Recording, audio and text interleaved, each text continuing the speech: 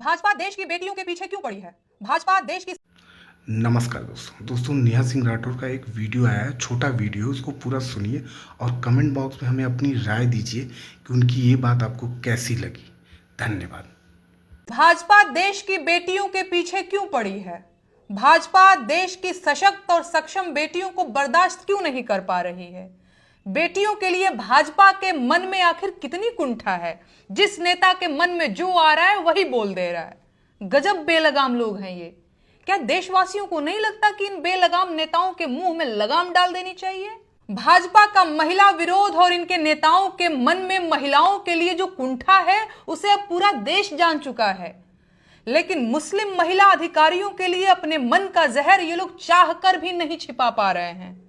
ऐसे में अगर कोई मुस्लिम महिला हो और सक्षम हो, अधिकारी भी हो, तो इनके लिए अपनी कुंठा को संभाल पाना असंभव हो जाता है और फिर इनके मन में चाहे जितनी घटिया बात हो ये लोग बोल ही देते हैं।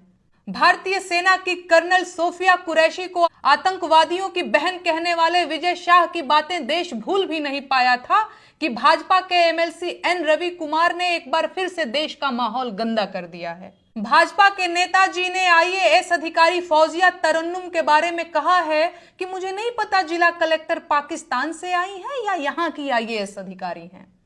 मैं बुरी तरह कंफ्यूज हूं कि ये लोग किस तरह के नेता हैं और ये किस तरह की पार्टी है। अपने ही देश के नागरिकों को उनके धर्म के आधार पर आतंकवादी और दुश्मन देश का नागरिक बताने वाले नेता देश को कमजोर कर रहे हैं, खोखला कर रहे हैं। और उससे भी महान आश्चर्य यह है कि यह सब राष्ट्रवाद के नाम पर हो रहा है।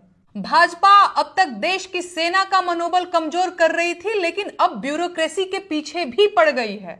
आपको मैं बता दूं कि देश इस वक्त सेना की बदौलत सुरक्षित है और ब्यूरोक्रेसी की बदौलत चल रहा है। ये दोनों देश के आयरन पिलर हैं और भाजपा के नेता इन दोनों आयरन पिलर्स को कमजोर कर रहे हैं। ये लोग सांप्रदायिकता और नफरत की छेनी हथौड़ी लेकर इन पर लगातार चोट कर रहे हैं और इनकी मक्कारी और धूर्तता का आलम यह है कि ये लोग अखंड भारत की भी बात करते जा रहे हैं। है ना कमाल की बात? देश की एक बड़ी आबादी नफरत की आग में इस कदर अंधी हो चुकी है कि वो सांप और सपेरे में अंतर नहीं कर पा रही है। दवा के नाम पर जहर बांटा जा रहा है, राष्ट्रवाद के नाम पर देश को बहुसंख्यकवाद की तरफ धकेला जा रहा है और नारा अखंड भारत का लगाया जा रहा है। गजब। मैं जानती हूं कि इस वक्त मैं अंधों के शहर में आईना बेचने आई हूं और नफरत फैलाने वालों के निशाने पर हूं, लेकिन आप लोग ये जान लीजिए कि देश में लगी इस आग को बुझाना इस वक्त सबसे बड़ी देशभक्ति है और हर वो पार्टी और हर वो नेता इस देश का गद्दार है जो इस समय देश को हिंदू मुसलमान के नाम पर बांट रहा है, देश के नागरिकों को आपस में लड़वा रहा है, अपने देश के नागरिकों की मॉब लिंचिंग कर रहा है और देश की सेना और उसके अधिकारियों का अपमान कर रहा है। राष्ट्रवाद की आड़ में देश तोड़ने वालों से सावधान हो जाइए, ये लोग देश के दुश्मन हैं। आप खुद सोचिए, जो लोग अपने देश के नागरिकों को आपस में लड़ा रहे हैं वो लोग अखंड भारत की बात कैसे कर सकते हैं? क्या ये करोड़ों देशवासियों की भावनाओं के साथ खिलवाड़ नहीं है? सच ये है कि अगर कर्नल सोफिया कुरैशी को आतंकवादियों की बहन कहने वाला भाजपा का नेता विजय शाह इस वक्त जेल में होता तो आज भाजपा के नेता एन रवि कुमार की आईएएस फौजिया तरन्नुम को पाकिस्तानी कहने की हिम्मत नहीं हुई होती।